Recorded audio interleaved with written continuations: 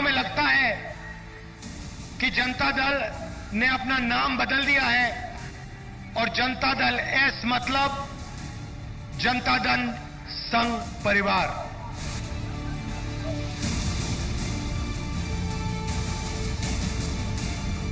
Some people give the shit, he announces. What does he know about me? I'm a former prime minister.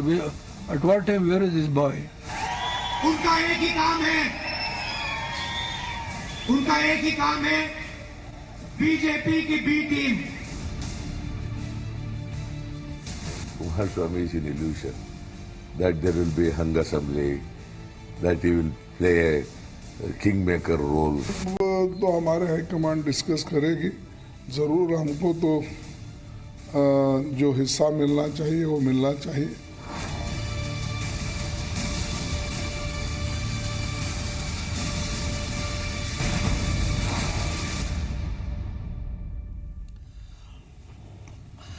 नमस्कार, मैं हूं ब्रजेश और आप देख रहे हैं हमारी खास पेशकश कुर्सी के लिए मौका परस्ती। कर्नाटक में कांग्रेस ने जनता दल सेक्युलर के साथ मिलकर बीजेपी को सत्ता के शिखर तक पहुंचने में रोक दिया। भले ही बीजेपी 104 सीटें जीतकर राज्य में सबसे बड़ी पार्टी बनी, लेकिन सवाल यह है कि जो पार्टियां वोटिंग से पहले एक दूसरे पर कीचड़ उछाल रही थी, एक दूसरे पर आरोप लगा रही थी, वो चुनाव बाद सत्ता पाने के लिए एक हो गई। तो क्या ये मौका परस्ती नहीं है? क्या नैतिकता की दुहाई देने वाली पार्टियों की अनैतिकता नहीं है? इस पर आज हम पूरी चर्चा करेंगे और ये भी समझेंगे कि मौका परस्ती के इस खेल से 2019 के आम चुनाव में किस पार्टी को फायदा मिलेगा। तो चर्चा शुरू करें उससे पहले ये रिपोर्ट देखिए और उसके बाद हमारे साथ एक ग्रैंड पैनल इस चर्चा में मौजूद होगा।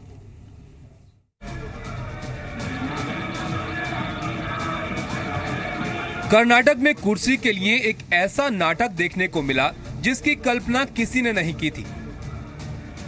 चुनाव से पहले कांग्रेस, बीजेपी और जेडीएस ने अपने अपने दावे किए। यहां तक कि तीनों ही पार्टियों ने एक दूसरे पर हमले भी बोले। हालांकि जेडीएस को लेकर कांग्रेस जितनी हमलावर रही, बीजेपी उससे कहीं ज्यादा नरमी से पेश आई। लेकिन जैसे ही सवाल कुर्सी का आया, नंबर गेम में बीजेपी के मुकाबले पिछड़ने वाली कांग्रेस और जेडीएस ने हाथ मिला लिया। तो क्या वाकई कुर्सी का खेल सिर्फ मौका परस्ती का था? यहाँ तक कि खुद राहुल गांधी ने चुनाव से पहले जेडीएस को जनता दल सेकुलर की जगह उन्हें जनता दल संघ की उपाधि दे डाली। सवाल यह है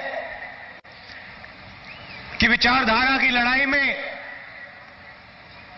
जनता दल कहां खड़ी है, मगर इस चुनाव में लगता है कि जनता दल ने अपना नाम बदल दिया है और जनता दल एस मतलब जनता दल संघ परिवार।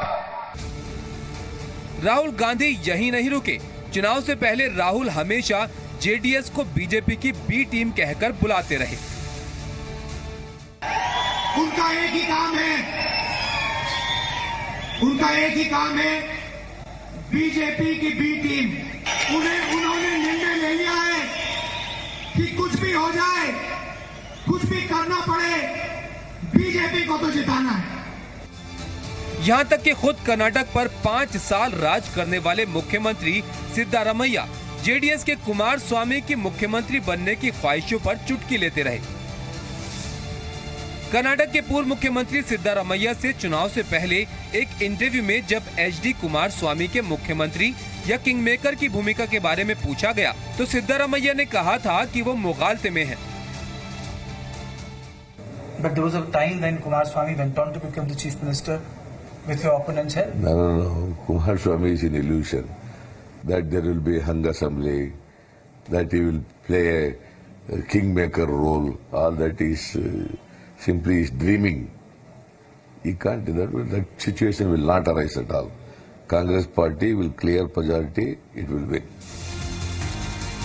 चुनाव के बाद गठबंधन और जेडीएस की तारीफ करने वाले कांग्रेस नेता चुनाव से पहले जब एक एक करके जेडीएस पर हमलावर हो रहे थे, तब किसी ने इस बारे में नहीं सोचा होगा कि जेडीएस के साथ मिलकर ही उन्हें सत्ता हाथ आएगी।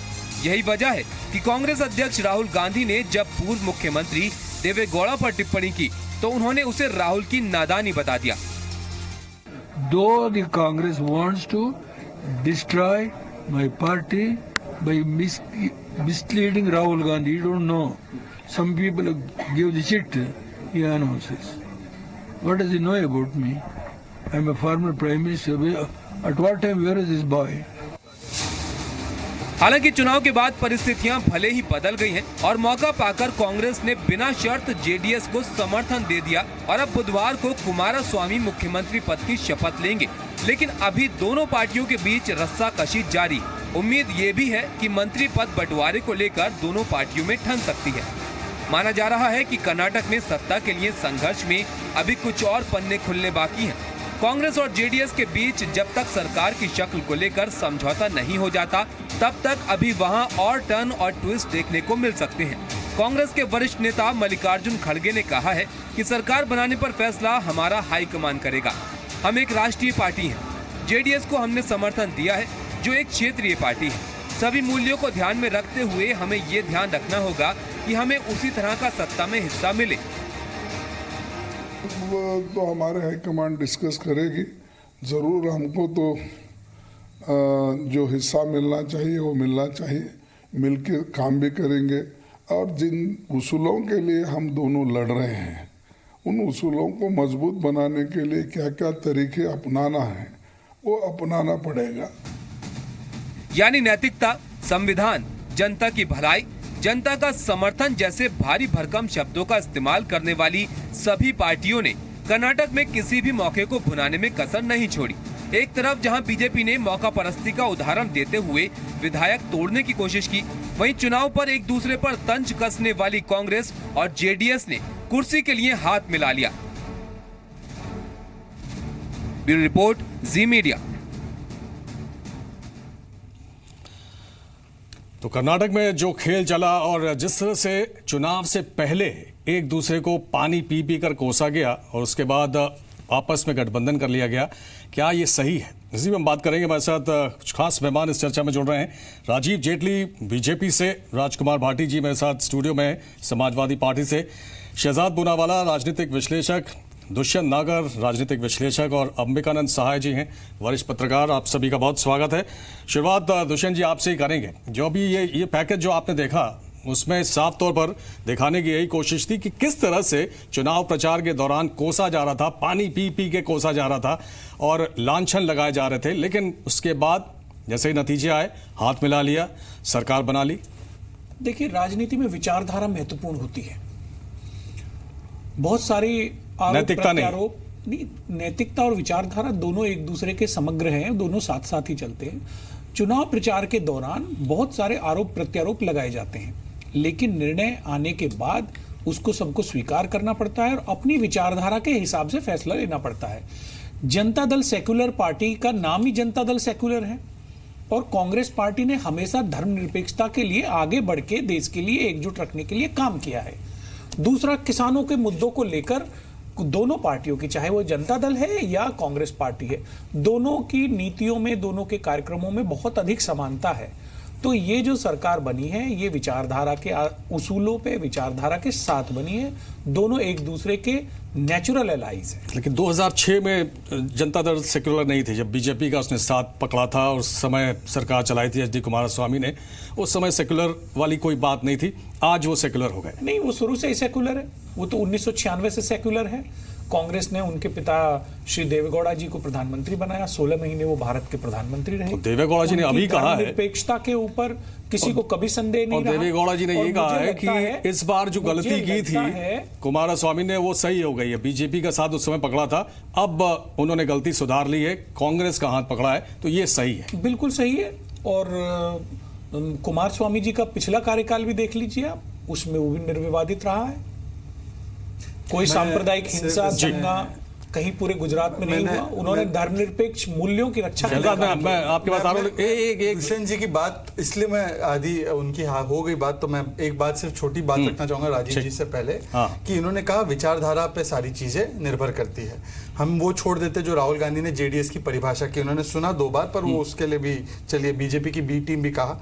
ये बयान मैं आपके सामने आपको दिखा रहा हूं ताकि कोई ये ना कहे मैं झूठा दिखा रहा हूं। In a democracy like India, Congress is more dangerous than BJP, HD. Kumaraswamy. ये लाइव मिंट को उन्होंने इंटरव्यू दिया और इन्होंने इसमें कहा है कि सेकुलरिज्म की परिभाषा से कुमारस्वामी जी के हिसाब से भाजपा ज्यादा सेकुलर है और खतरनाक है कांग्रेस लोकतंत्र के लिए। ये उनका बयान है और ये बयान 27 मार्च 2018 का मैं दुष्यंत नागर जी को बता रहा हूं। ये आइडियोलॉजी है इन दोनों की। ठीक है। और बात ये यही हो रही है कि दुष्यंत जी क्या ये ठीक है, लोकतंत्र की जब बात होती है तो उसमें चुनाव लड़ना, चुनाव जीतना, सरकार बनाना उद्देश्य है, सभी राजनीतिक पार्टियों का उद्देश्य है। लेकिन क्या उसके होने के बावजूद भी विचारधारा के लिए एक मंच पे खड़ा होना नहीं, ये खूबसूरती है लोकतंत्र। ये मौका परस्ती नहीं है, इसको मौका परस्ती नहीं मानते। महानता है ये महानता है, बिल्कुल महानता। राजीव जेटली, आप इसको महानता के तौर पर देखते हैं? आज तो आपके अध्यक्ष ने भी कहा है कि ये मौका परस्ती है और अनहोली अलायंस है। देखिए, एक बात तो राहुल गांधी जी ने स्पष्ट कर दी है कि इस देश में संघ से सेकुलर कुछ नहीं है। केवल चुनावों के लिए, चुनावों से पहले जो अपना वर्जन देना होता है उसमें कहा जाता है कि संघ सेकुलर नहीं है। अब जब जनता दल एस को संघ बोलकर और चुनावों के बाद सेकुलर बोल सकते हैं तो इससे एक बात स्पष्ट हो जाती है कि संघ के बारे में व्यक्तिगत विचारधारा उनकी क्या है, लेकिन राजनीतिक मजबूरी कोई और हो सकती है।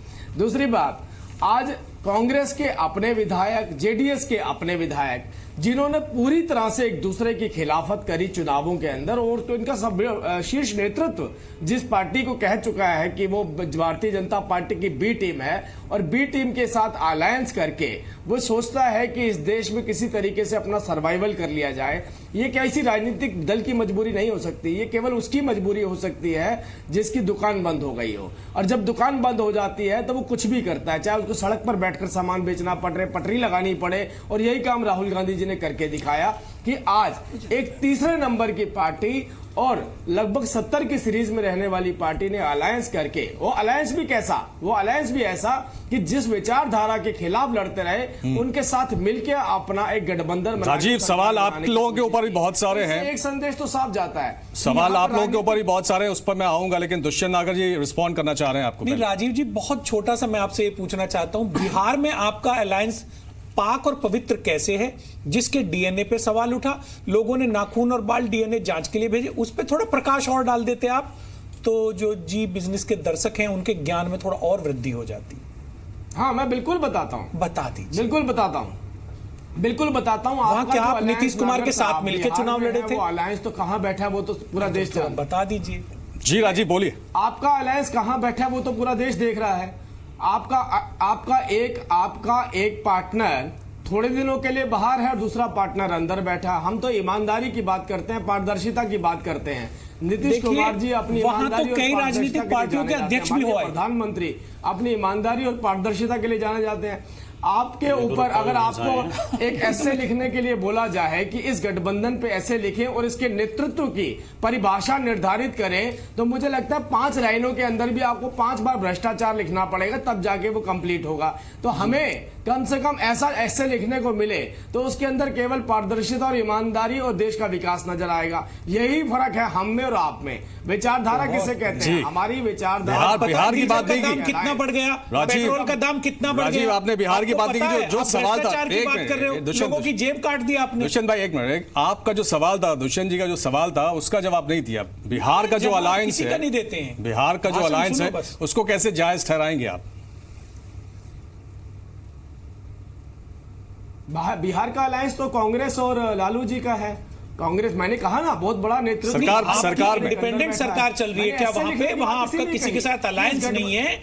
उसके विषय में थोड़ा लोगों को बताइए सर। ये ठीक है, राजीव जवाब नहीं दे, लेकिन हाँ मैं कह रहा हूँ हमारा अलायंस आप किन मुद्दों पे हुआ, चुनाव से पहले हुआ, दोनों ने साथ में घोषणा पत्र कैसे, थोड़ा बता दीजिए, थोड़ा सा प्रकाश डाल। आपका अलायंस किसके साथ है? हमारा, आपका अलायंस देश की जनता के साथ है, विचारधारा के साथ है, हर उस व्यक्ति के साथ है जो देश को मजबूत करना चाहता है, जो धर्मनिरपेक्ष मूल्यों में अपनी आस्था रखता है, जो गरीबों और किसानों के लिए काम करना चाहता है, जो किसानों का दर्द समझता है, जो किसानों की आत्महत्या होने के बाद भी केंद्र का वित्त मंत्री ये नहीं कहता कि कर्जा माफ नहीं होगा। पशुओं का खाना चारा क्यों खा जाते हैं फिर लोग? ये ठीक है, धर्मनिरपेक्ष की क्या परिभाषा है आपकी? ये कि मौका आप उठाकर मौका पशु परस्ती का खाना एक खा जाए, चारा खा जाए और आप फिर जेल में जाए। ठीक है राजीव, आ रहे हैं आपके पास। वो देश का कानून है, सबके लिए है, ठीक है, कानून अपना काम करेगा, कोई भी गलत करेगा। दुष्यंत जी, राजकुमार जी आपसे जानना चाहते हैं, क्या ये मौका परस्ती की जब हम बात करते हैं तो सभी पार्टियां कटघरे में खड़ी नजर आती हैं, उसमें आपकी पार्टी भी शामिल है। बहुत दिनों तक आप लोगों की लड़ाई चलती रही, लेकिन अब आप बहन जी का साथ आपने भी पकड़ लिया है, आपने मिलकर उपचुनाव भी जीता, लेकिन खटास और जो जनता है उसके बीच में मैसेज आप लोग क्या दे रहे हैं? ये सवाल मैं अंबिकानंद जी से भी करूंगा, लेकिन पहले आपका रिएक्शन।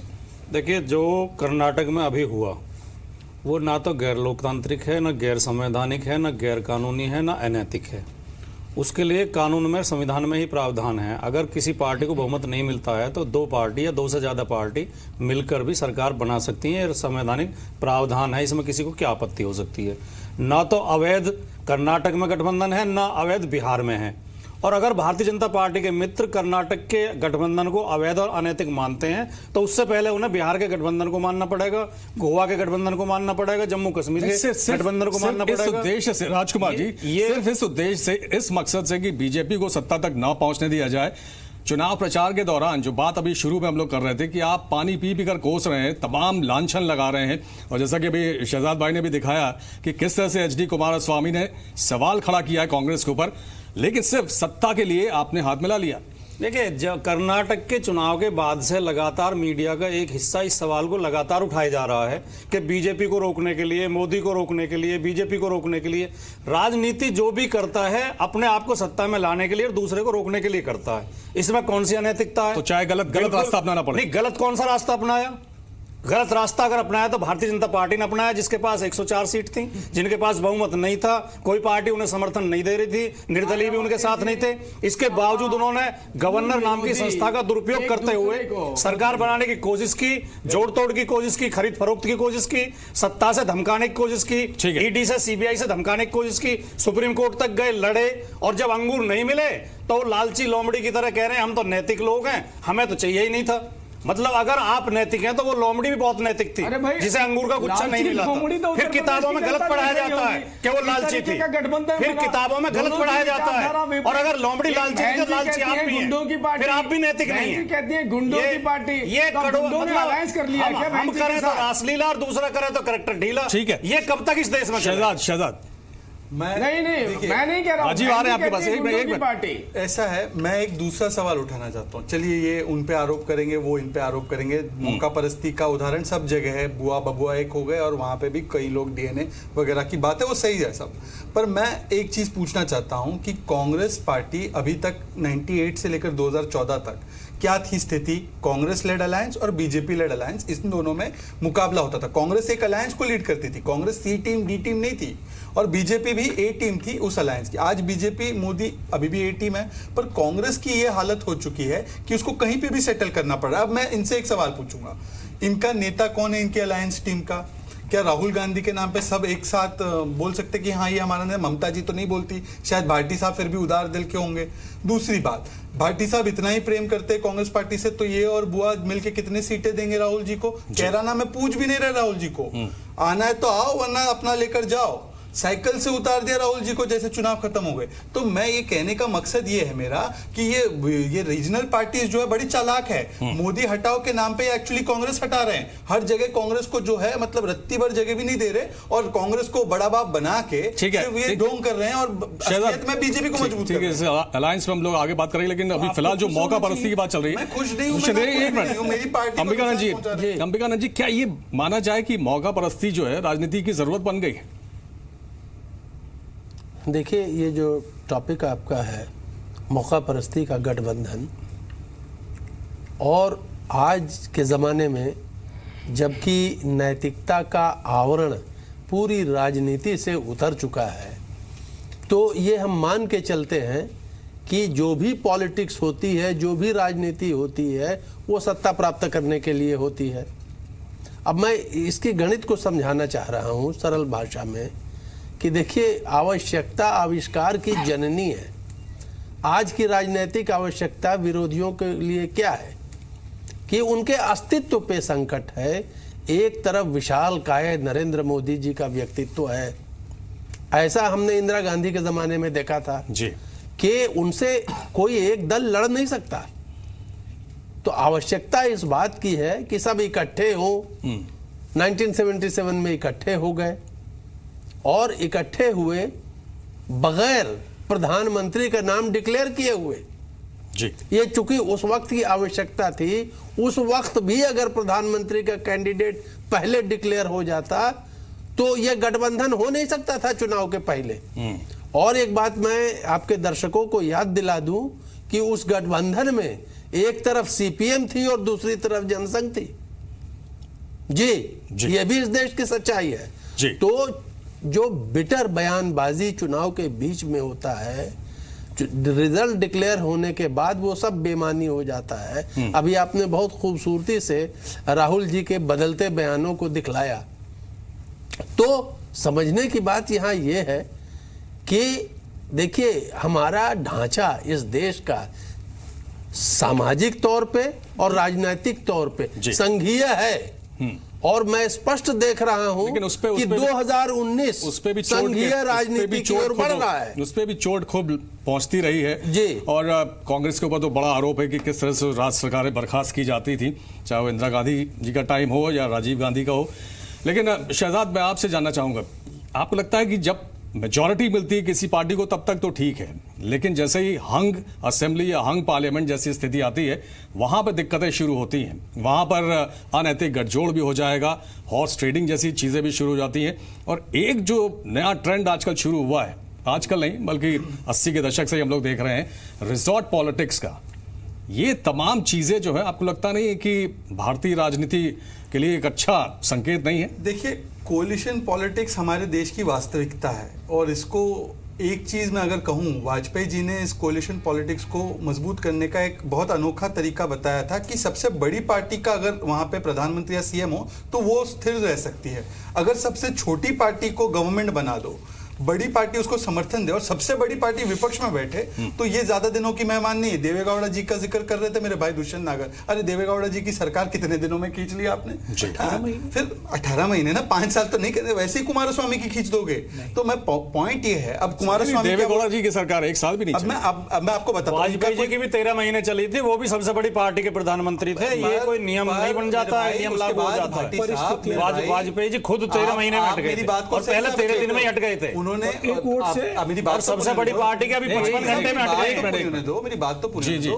उसके बाद जो निरंतर सरकार बनी उसमें वाजपेयी जी ने ये नहीं कह दिया कि भाई कांग्रेस को नहीं आने देना है इसलिए मैं प्रधानमंत्री पद जो भी आया गया ऐरा गैरा आ रहा है उसको बना दूंगा। उन्होंने कहा कि हम बीजेपी का ही प्राइम मिनिस्टर देंगे। पॉइंट यही है मेरा पॉइंट ये है कि कांग्रेस को अगर ये भूमिका नहीं मिल रही है और कांग्रेस अगर देती है कि चलो आप में से बना लो, तो कौन बनेगा प्रधानमंत्री? एक दिन ममता जी बनेगी, अगले हफ्ते अखिलेश बनेंगे, तीसरे हफ्ते मायावती बनेगी। अच्छा, इनकी नीतियां क्या होंगी? नेता, अंबिका जी बोल रहे नेता भी नहीं बोलेंगे, बाद में बोलेंगे, पर इनकी नीतियां क्या है? मायावती जी की सोशल पॉलिसी क्या है? अखिलेश यादव की यादवों वाली सोशल पॉलिसी क्या है? इकोनॉमिक पॉलिसी क्या है? राजकुमार जी को इस तरीके का खिचड़ी सरकार आप देंगे? ठीक है, से भरा देश है। ठीक है दुष्यंत, एक सवाल में क्षेत्रीय शक्तियों से भारत बना है।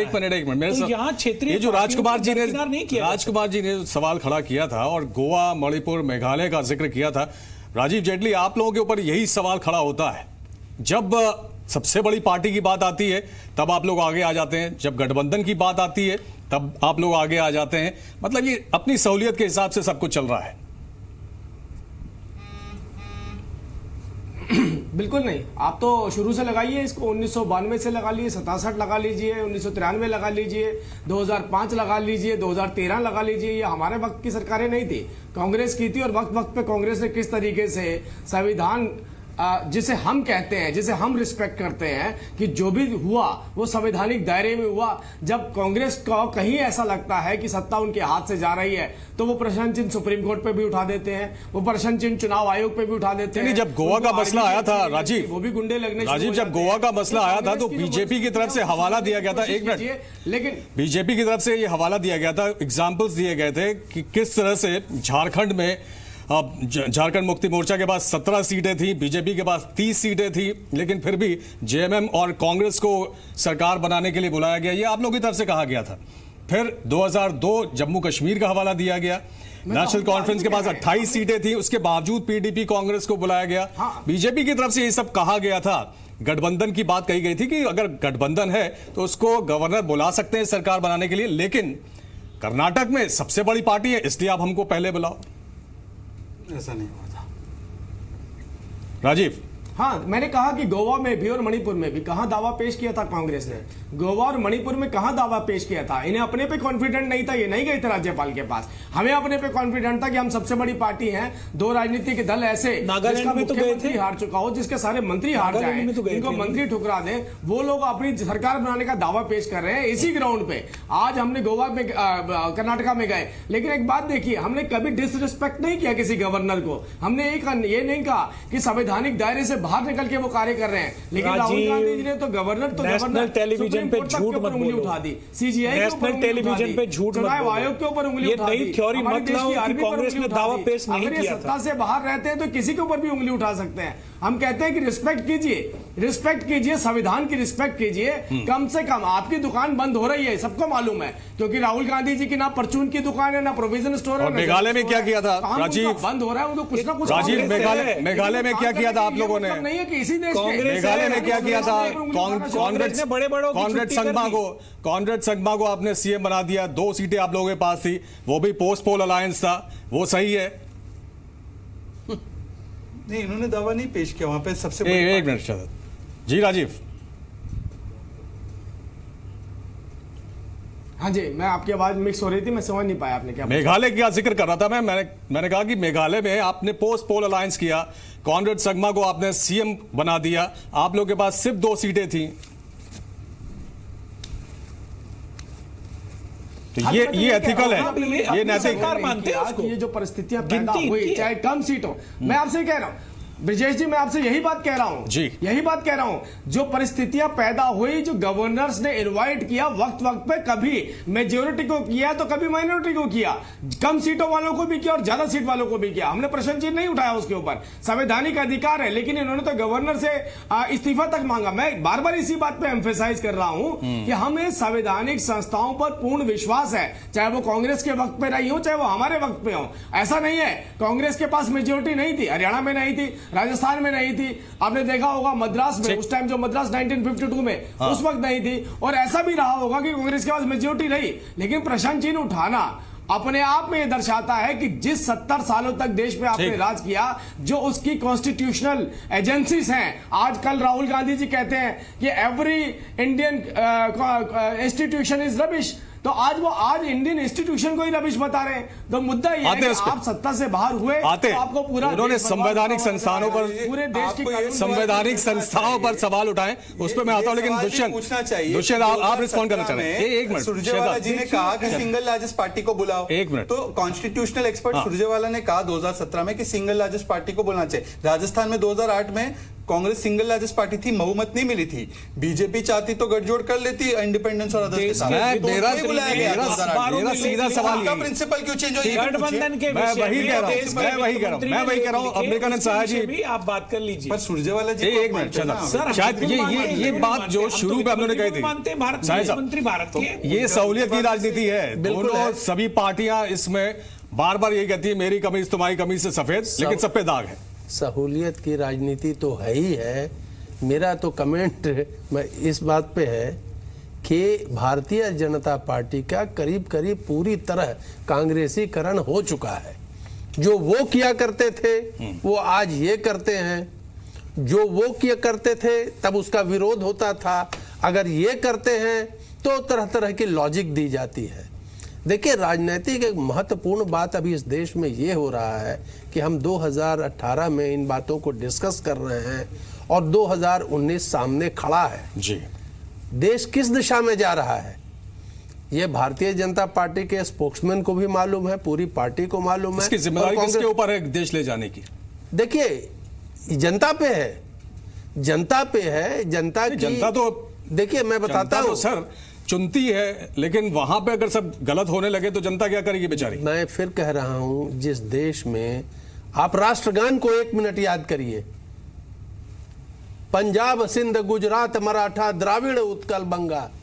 सवाल है, this states make the nation, regions make the nation, और जो भारतीय समाज है जी। वो कोई एक मोनोलिथिक समाज नहीं है, बिल्कुल सही बात, तरह तरह का बटा हुआ है। तो पूरा देश संघीय राजनीति की ओर बढ़ रहा है और आज की ये राजनीतिक सच्चाई है। मैं समझता हूं दोनों बड़े दलों को अपनी अपनी पॉलिटिक्स और स्ट्रैटेजी को पुनः रेखांकित करना होगा और समय की यह पुकार है। अच्छा, गांधी परिवार 70 साल तक पीएम बना, तब इनको याद नहीं आया कि संघीय ढांचा है, अलग अलग स्टेट से बना ले, ना किसी दलित को बनाया, ना मुसलमान बनाया, ना एसटी बनाया, शाहजाद जी बनाया। आपके सवाल का संघीय ढांचा नहीं, मैं आपको व्यक्तिगत रूप से नहीं, मैं उसका जवाब मैं सिर्फ एक जनरल बात बोल रहा हूँ, आप ऐसे बुरा ना माने। ठीक है, पहली बात। दूसरी बात मैं ये कहना चाहता हूं कि संघीय ढांचा तो ठीक है, वो तो फेडरल स्ट्रक्चर हमारे संविधान में, उसको कौन तहस नहस कर सकता है, पर पॉइंट ये है कि स्थिर सरकार भी तो चाहिए ना। ऐसा तो नहीं हो सकता कि शिव जी की बारात आ जाए, कभी ये बन जाएंगे, 2 महीने बाद वो बन जाएंगे, 3 महीने बाद वो बन जाएंगे। कुमारस्वामी बोलेगा मैं सिद्धरामैया की घड़ी का भ्रष्टाचार खोजूंगा, देखिए बोलेंगे अब मैं नहीं खोजूंगा। शहजाद और साहिर जी, आप लोगों ने फेडरल स्ट्रक्चर की बात की है, तो ऐसे में गवर्नर का रोल बड़ा इंपॉर्टेंट हो जाता है, उस पर हम बात करेंगे, लेकिन उससे पहले दुष्यंत कुछ कहना चाह रहे हैं जी। देखिए, कांग्रेस के जितने भी लीडर बने, प्रधानमंत्री जो होता है वो देश का लोकप्रिय नेता होता है। नेहरू जी की लोकप्रियता अपने टाइम पे देश में 1 नंबर पे थी, इंदिरा जी 1 नंबर की लोकप्रिय थी, राजीव जी ने 400 से अधिक सीटें हासिल की। तो लेकिन आप दलित और मुस्लिमों की बात कर रहे हैं, अन्य जैसे राष्ट्रपति, उपराष्ट्रपति दलित भी रहे, मुस्लिम भी रहे, देश के गृह मंत्री, वित्त मंत्री, हर जगह सभी लोगों को साथ लेके कांग्रेस चली है और तभी कांग्रेस इतने दिन तक लगातार राज करके यहां तक पहुंची है और अभी भी लोगों में लोकप्रिय है। नहीं बनाया, एक ओबीसी प्रधानमंत्री नहीं बना, एक बाबू जगजीवन राम नहीं बन पाए, देवेगौड़ा जी केसरी नहीं बन पाए, देवेगौड़ा ओबीसी देवेगौड़ा जी को बनाया, देवेगौड़ा जी को ओबीसी उनको नहीं बनाया, तो परिस्थिति बनाया, वो तो परिस्थिति परिवार नहीं था, सीताराम गांधी परिवार केसरी थे, गांधी परिवार का कोई लेना देना छोड़िए, उस समय परिस्थिति ऐसी चलती नहीं, परिस्थिति ऐसी थी कि देवेगौड़ा बने थे, तब प्रधानमंत्री बन गए, वो परिस्थिति परिवार ने कभी कहा कि मैं नहीं बनूंगा, मैं ये सोनिया जी ने 2 बार मना किया। क्या बात कर रहे हैं आप? अरे श्रीमती सोनिया गांधी जी ने 1991 और 2004 में 2 बार प्रधानमंत्री का पद स्वीकार किया। ठीक है, वो आप इस प्रकार की तो आज बड़ा सैक्रिफाइस है। अंबिका शाहजाद भाई अपने आप को कहते हैं, झूठ मत बोलिए। मैं 2 लाइन बोलूंगा कि देखिए, आपने स्टेबिलिटी की बात की, यदि जनता दल एस और कांग्रेस की सरकार बन जाती है तो क्या देश की राजनीति डिस्टेबलाइज हो गई? ये गलत है। फिर मैं इकबाल को फिर कोट करूंगा, यूनान मिस्र रूमा सब मिट गए, जहां से कुछ बात है कि हस्ती मिटती नहीं हमारी। हिंदुस्तान स्टेबल था, स्टेबल है, स्टेबल रहेगा। और राजनीतिक ये सिंबलिज्म से अंबिका जी, पिछले 5 साल में कांग्रेस ने सिद्धरामैया दिया जो 5 साल चला, ठीक है, अब ये वापस दौर शुरू हो गया, 2.5 साल में ये बदलेंगे, वो बदलेंगे। और मैं राष्ट्रीय स्तर पे पूछ रहा हूं कि इनके गठबंधन का प्रधानमंत्री कौन होगा? ये हर हफ्ते कुर्ते भी बदलेंगे, कुर्ते फाड़ेंगे और प्रधानमंत्री बदलेंगे। मुझे नहीं लगता कि अभी दुष्यंत बोलेंगे कि देखो भाई हमारा टर्न आ गया, हमारा टर्न आ गया। मुझे नहीं लगता कि अभी राहुल गांधी को लेके बहुत ज्यादा एक्सेप्टेंस है तमाम पार्टियों में। तो बनाएंगे नहीं, वो तो पीछे रहेंगे, वो तो तमाम पार्टियों ने साफ भी कर दिया। ममता बनर्जी तो उसमें आप जैसा कह रहे थे, लेकिन राजकुमार जी कुछ कहना चाह रहे थे जी। नहीं, मैं ये कहना चाह रहा हूँ कि जब ये गठबंधन पे हम चर्चा करते हैं तो ये बिल्कुल भूल जाते हैं कि भारतीय जनता पार्टी का 47 पार्टियों के साथ गठबंधन है। और जो अंबिकानंद जी ने कहा, बिल्कुल मैं इनकी बात से सहमत हूँ। ये जो संघीय व्यवस्था देश में है, राजनीति में भी क्षेत्रीय दलों का उभार हो रहा है और सही मायने में देश का प्रतिनिधित्व क्षेत्रीय दल ही करते हैं। सही जनभावनाओं का प्रतिनिधित्व क्षेत्रीय दल करते हैं। क्षेत्रीय दलों को अपमानित करना या उन्हें छोटा समझना या उन्हें कोई वो उनसे राजनीति प्रदूषित हो जाएगी, ये लोकतंत्र का और देश की जनता का अपमान कहते हैं। जेडीएस को जेडीएस तो आप हर स्टेट में क्षेत्रीय दलों से गठबंधन कर सकते हैं। आप 47 दलों के साथ मिलकर सरकार चला सकते हैं। 47 दल के प्रधानमंत्री थोड़ी बन रहे हैं। अब जो आपके विरोधी दल हैं, 47 दल के प्रधानमंत्री जो आपका लगातार विरोध करते रहे, जो अभी कहा कि जेडीएस और कांग्रेस कांग्रेस एक प्रधानमंत्री चुनाव में राहुल गांधी ने क्या कहा जेडीएस के बारे में, 47 नहीं लेकिन ये भूल जाते हैं कि नीतीश कुमार ने क्या कहा था प्रधानमंत्री नरेंद्र मोदी के बारे में, और मोदी जी ने क्या कहा था नीतीश के बारे में जाके। जितनी कड़वाहट के साथ इन दोनों ने चुनाव लड़ा, उतनी कड़वाहट के साथ किसी पार्टी ने चुनाव नहीं लड़ा, और आज वो मिलकर सरकार चला रहे हैं। तो ये आज के देश की आवश्यकता है, आज समय की जरूरत है, गठबंधन सरकारों का दौर है। आज 47 प्रधानमंत्री नहीं चाहिए ना 5 साल के कार्यकाल में। शहजाद, एक सवाल आपसे मैं आपसे कर रहा हूँ, ये गवर्नर का रोल बड़ा इंपॉर्टेंट हो जाता है, और जैसा कि अभी राजीव कह रहे थे कि कांग्रेस ने गवर्नर के पद को अभी सम्मान नहीं किया, लेकिन आपको लगता है कि अभी जो कर्नाटक में हुआ है उसके बाद अब कहीं ना कहीं गवर्नर के रोल को लेकर भी सवाल खड़े होने लगे हैं, और कुछ ऐसी बातें भी होने लगी कि गवर्नर के ऊपर प्रेशर रहता है, उनको देखभाल के इस स्टेबल गवर्नमेंट कहां फॉर्म हो सकती है उसको ध्यान में रखते हुए फैसला करना चाहिए। 2005 का झारखंड का सुप्रीम कोर्ट में जो केस गया उसमें आप देखेंगे तो आपको पता चल जाएगा गवर्नर के पद का कैसे दुरुपयोग होता है। अब ये जो गवर्नर साहब है उन्होंने क्या किया नहीं किया 10 हफ्ते बाद सुप्रीम कोर्ट उस पर तय करेगा, पर इसका मतलब ये नहीं कि संजय निरुपम उनके लिए ऐसी बातें कहें। आप ईवीएम को गाली देते हैं, ईसी को गाली देते हैं, सुप्रीम कोर्ट, सीजीआई सबको गाली देते हैं, जब फैसला हक में आता है तो उनको महान कहते हैं, फिर पाकिस्तान से तुलना करते हैं। और अब जो तुलना की गई, मुझे लगता है पैनल पे बैठा हर एक व्यक्ति ये कहेगा कि चाहे गवर्नर साहब ने कुछ गलत किया नहीं किया सुप्रीम कोर्ट तय करे, परंतु उनको जो उपाधि दी गई वो सच में खतरनाक है, और उसके लिए राहुल गांधी को, संजय निरुपम को निकालना चाहिए। निकालेंगे क्या दुष्यंत जी? गवर्नर जैसे पद के ऊपर सवाल खड़े करना, बिल्कुल भी ऐसी किसी बातें करना को नहीं खड़ा करना चाहिए। गवर्नर महामहिम राष्ट्रपति जी, ये हमारे राज्य जो राष्ट्र प्रमुख हैं और सभी राजनीतिक दलों के हैं, ये किसी व्यक्ति विशेष के अथवा किसी राजनीतिक विचारधारा विशेष के नहीं होते। उनका सम्मान सदैव होना चाहिए, प्रत्येक भारतवासी के द्वारा होना चाहिए। कार्रवाई होगी उन पे, होना चाहिए, लेकिन निश्चित रूप से, लेकिन हमेशा उनको केंद्र के प्रतिनिधि के तौर पर ही देखा जाता है। हमने ये भी देखा जाता है, ये भी सच्चाई है इस देश की कि गवर्नर अक्सर पार्टियों के प्रतिनिधि बनकर काम करते हैं। ये कांग्रेस के टाइम में भी करते थे और आज भारतीय जनता पार्टी के टाइम में और ज्यादा कर रहे हैं। हर दौर में, और सारे गवर्नर बीजेपी के सदस्य रहे हैं, बीजेपी के नेता रहे हैं, वही लोग गवर्नर बनाए गए हैं, हर दौर में होता रहा है। बिल्कुल राजकुमार, हर दौर में होता रहा है। अंबिका जी, इसके लिए क्या करना चाहिए? आपको लगता है कि गवर्नर का पद जैसा कि संवैधानिक पद है, सम्मान होना चाहिए, लेकिन आपको लगता है कि कभी कभी गलतियां वहां भी होती हैं? गलतियां बहुत होती हैं और कांग्रेस के ज़माने से हो रही है। मैं निष्पक्ष बात कहूँगा, गलतियां उस ज़माने में भी होती थी और आज भी हो रही हैं, और उसका प्रमुख कारण एक है। देखिए, जब कॉन्स्टिट्यूएंट असेंबली बनी तो उसके दस्तावेज़ों को ज़रा पढ़िए कि किस किस्म के लोग गवर्नर बनाए जाने चाहिए। उस पे कोई ध्यान नहीं दे रहा है। शुद्ध राजनीतिकरण तो इस ऑफिस का हो ही चुका है। लेकिन जो फैसला होता है, जैसे कि कहीं पे आपने बड़ी पार्टी के तौर पे आपने किसी दल को बुला लिया और कहीं आपने गठबंधन के हिसाब से बुला लिया, तो वहां पर यह देखा जाता है कि वो कहीं ना कहीं केंद्र सरकार का प्रभाव रहता है। कहीं 100% रहता है। कहीं भी गवर्नर जो कि केंद्र सरकार का नुमाइंदा है स्वविवेक से काम करते हमने तो नहीं देखा पिछले 50-60 वर्षों में जी। वो केंद्र के इशारे में ही काम करता है और यही समस्याएं हैं। देखिए, जब कोई आदमी अपने विवेक से, जैसे एक स्पष्ट लिखा हुआ है संविधान में, उसमें कहीं नहीं लिखा हुआ है कि आप लार्जेस्ट सिंगल पार्टी को बुलाइए, उसमें कहीं नहीं लिखा हुआ है गठबंधन को प्री पोल या पोस्ट पोल को बुलाइए। वहां कहा गया है कि आपके विवेक, आपका विशेषाधिकार है और आपके विवेक से आप जिसको वाकई समझते हैं कि स्टेबल गवर्नमेंट प्रदान कर सकता है उसको बुलाइए। बॉम्बे जजमेंट ने 9 जज की बॉम्बे जजमेंट ने क्लियर कर दिया, सरकारी कमीशन में ऑर्डर ऑफ प्रेफरेंस भी है। अब मैं बोल रहा हूं कि अंबिका जी बोल रहे हैं कि हर गवर्नर अपने विवेक से नहीं लेता।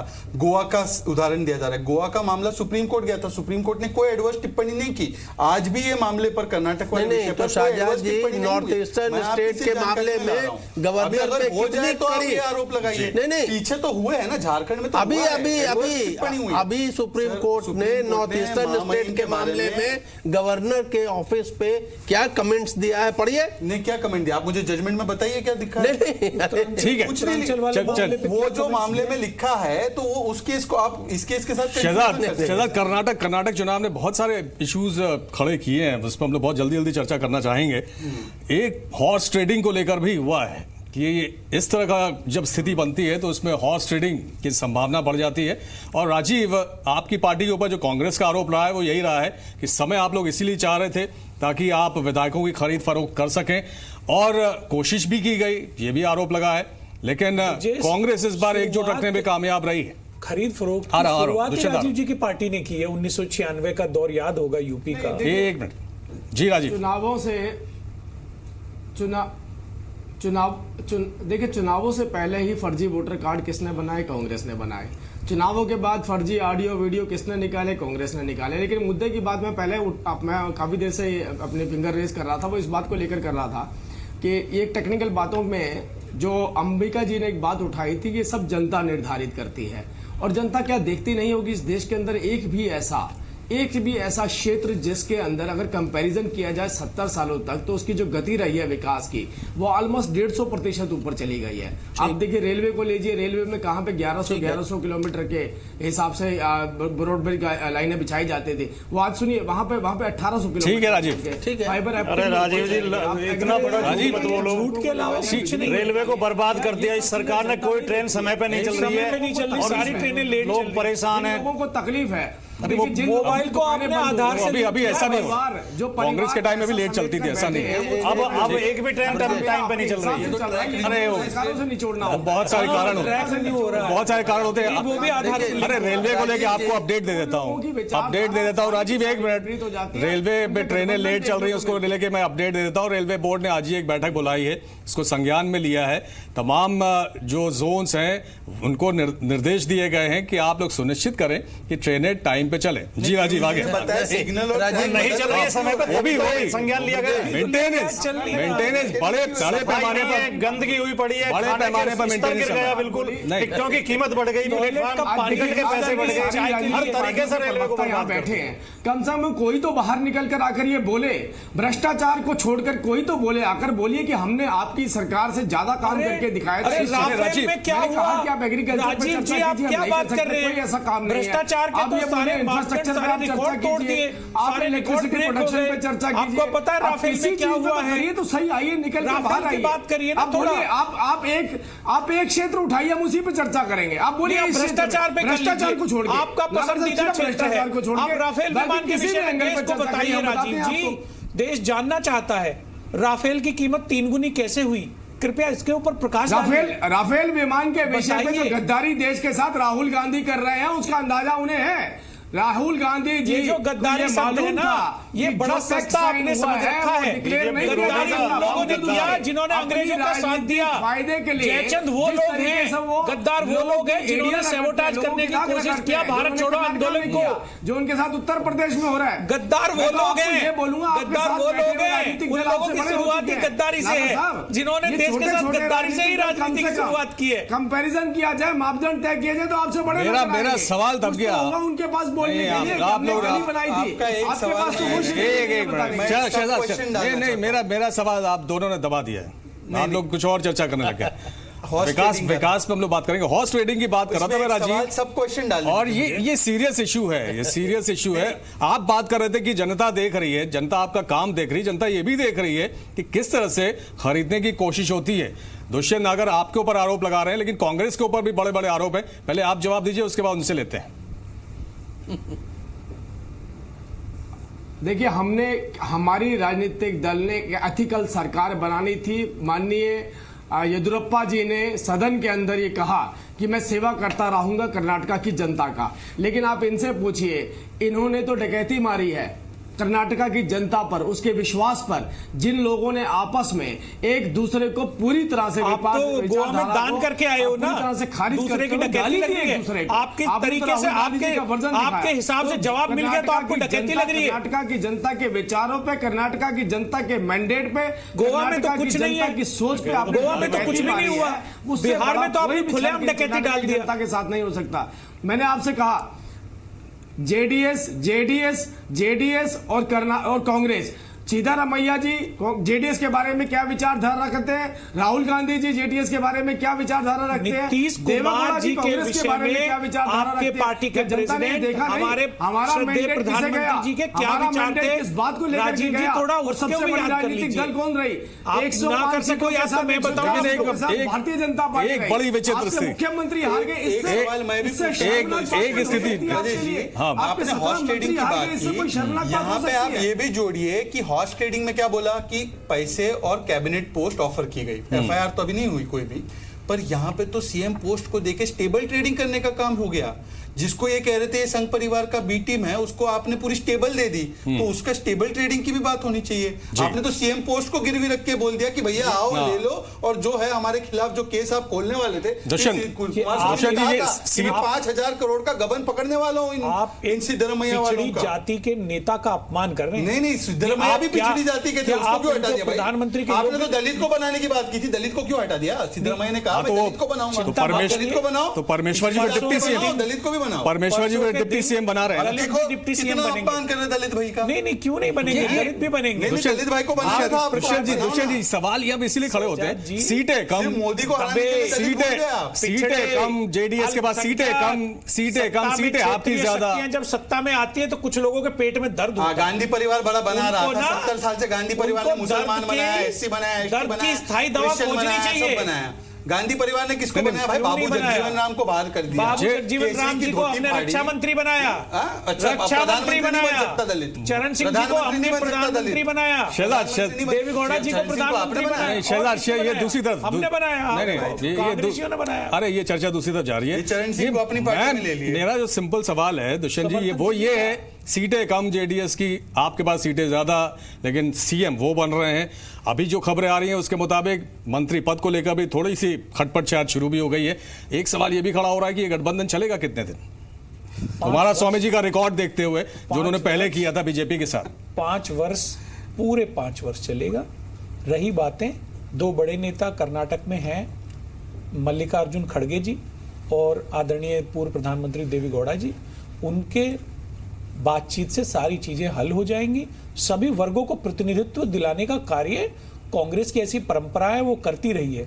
इसीलिए कुछ चीजों में हो सकती है प्रत्येक जाति के हिसाब से और क्षेत्रीय संतुलन के हिसाब से कैबिनेट बनेगी, और वो आपको 2 से 5 दिन के अंदर सब चीजें दिखेंगी, पटल के ऊपर दिखेंगी, सब पिक्चर में होगा सारी। बात ये हो रही कम से कम अमिकानंद जी आप ज्यादा प्रकाश डाल पाएंगे कि ये गठबंधन जो है कम से कम लोकसभा चुनाव तक तो चल जाएगा, ये कुछ लोग कह रहे हैं और इस तरह की बातें हर तरफ उठ रही हैं। देखिए, मैं कोई एस्ट्रोलॉजर की तरह भविष्यवाणी तो कर नहीं सकता, ठीक है ना, लेकिन जो लोकसभा विपक्ष मतलब एंटी बीजेपी फोर्सेस के सामने अस्तित्व का खतरा है, उसको देखते हुए और 2019 सर पे खड़ा है, इसको देखते हुए मैं कह सकता हूं कि यह गठबंधन कम से कम लोकसभा चुनाव तक तो चलेगा ही, और उसके शुद्ध राजनीतिक कारण है।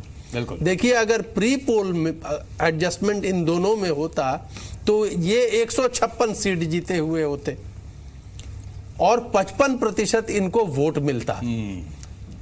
अब कर्नाटका की जनता ने ऐसी फ्रैक्चर्ड वर्डिक्ट दी है कि वोट ज्यादा कांग्रेस को, सीटें ज्यादा भारतीय जनता पार्टी को।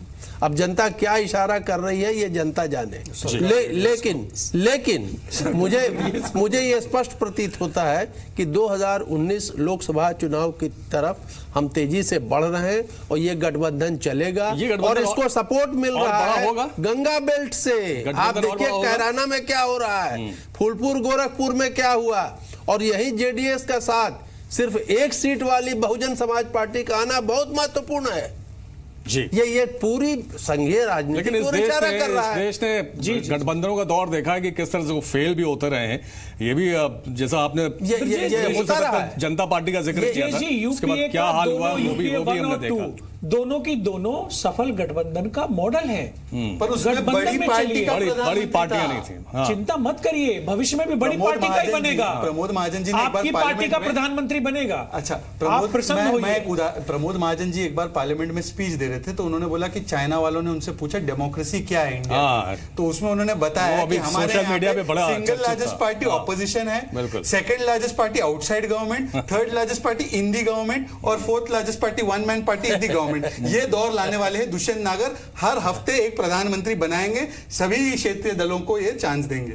ये एक बात जो कर्नाटक चुनाव से और निकल कर आई है दुष्यंत जी, वो ये कि रिजॉर्ट पॉलिटिक्स, हम लोग उस पर चर्चा नहीं कर पाए। हाँ, नहीं लास्ट नहीं, रिजॉर्ट पॉलिटिक्स। ब्रजेश जी, अपने विधायकों को मतलब सुरक्षित रखना। एक मिनट, बुराई क्या है? नहीं बुराई नहीं, मतलब भेड़ियों के पल्ले नहीं पड़े तो लोगों के पेट में आपसे नहीं, मैं आपसे रोड पे छोड़ देते। सुनिए तो, रोड पे छोड़ देते तो मत छोड़िए।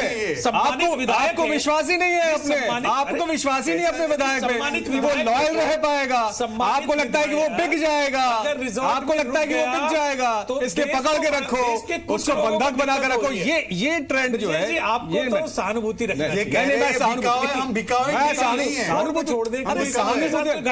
दुष्यंत जी, मेरा सवाल सीधा सा है। आपको अच्छा तब लगता देवगौड़ा जी के येदियुरप्पा जी घर छोड़ा, क्या लॉयल नहीं है पार्टी के प्रति, वो बिकने के लिए तैयार है? मैं ये पूछ रहा हूँ सीधा सा सवाल जो नैतिकता से जुड़ा हुआ, ये बताइए। परिस्थितियों को देखते हुए निर्णय करने पड़ते हैं, राजनीति है, राजनीति में क्या निर्णय करने पड़ते हैं? सुनिश्चित करना अपने विधायक की आप बताइए बहुत जरूरी है। और अगर वो संगठित एक जगह पे है मौजूद तो उसमें बुराई क्या है? नहीं, कौन सा कार्य संवैधानिक है? आपको डर है, आपको डर है कि वो बिक जाएंगे, आपको डर है वो बिक जाएंगे। नहीं, रोड में आपको डर है वो बिक जाएंगे, वो तो बढ़िया है। करना चाहूंगा जी राजकुमार जी। ये ब्रजेश जी, विधायक 1 लाख 2 लाख लोग उनसे चुनते हैं और जनप्रतिनिधि होता है और एक सक्षम व्यक्ति होता है। विधायकों को जबरन या उनकी मर्जी के खिलाफ कहीं इकट्ठा नहीं किया जा सकता। ये सबकी सहमति से विधायकों की मर्जी थी कि हम एकजुट रहेंगे ताकि कोई गलत संदेश ना जाए। पुराने बहुत सारे उदाहरण राजकुमार जी मैं दे दूंगा आपको। पार्टी की ओर से किस तरह से बंधक बना के रखा गया और निकल के भाग गए चुपचाप निकल कर भाग गए। बहुमत कैसे मैसेज दिए जा रहे थे? प्रताप गौड़ा नहीं गए, ऑडियो टेप जारी हो रहे हैं। सिंह प्रताप गौड़ा का FIR करो। ठीक है, चलिए। आनंद सिंह किसके साथ आए? डी शिव कुमार के भाई के साथ। कितना मनाने के बाद आए? कितना मनाने के बाद आए? देश ने टीवी पे देखा। कितना मनाने के बाद बात कर रहे हैं आप? बिल्कुल, आपसे मुझे आशा नहीं थी। आपसे मुझे आशा नहीं थी। ये आशा वाली बात नहीं, जो फैक्ट है वो मैं आपको सामने रख रहा हूँ। मैं लोकतंत्र के लिए करना चाहिए। मैं खुद सम्मानित, अरे कल मैं दिन भर बैठा हुआ था, मैंने देखा है। आप अपमानित मत नहीं, मैं अपमानित नहीं कर रहा हूँ। उस विधायक को अपमानित कर रहे हैं। मैं अपमानित नहीं कर रहा हूँ। उसके मतदाताओं को मैं ये कह रहा हूँ कि वो साथ में नहीं थे है। जो हैदराबाद में जितने विधायक थे वहां पर वो नहीं थे। चलिए, जो है चिप लगाएंगे, अभी अगली बार से चिप लगाएंगे, GPS चिप लगाएंगे, उससे पता चल जाए, मोबाइल फोन में ट्रैकिंग करेंगे कि कहां विधायक कौन जा रहा है। ठीक है, लेकिन नैतिकता की चिप होती है बहुत सबसे बड़ी। समय पूरा हो गया, इसलिए दिखाया समय पूरा। एक भी विधायक 100 करोड़ में नहीं बिका। दुष्यंत जी बहुत धन्यवाद, शहजाद आपके बहुत धन्यवाद, राजकुमार जी आपका और अंबिकानंद जी आपका बहुत धन्यवाद, राजीव जेटली आपका भी बहुत शुक्रिया इस चर्चा में हमारे साथ जुड़ने के लिए। तो कह यही सकते हैं कि सहूलियत की राजनीति चल रही है और उसमें मौका परस्ती तो चलती रहेगी, आखिर सत्ता जो हासिल करनी है। फिलहाल इस खास पेशकश में इतना ही।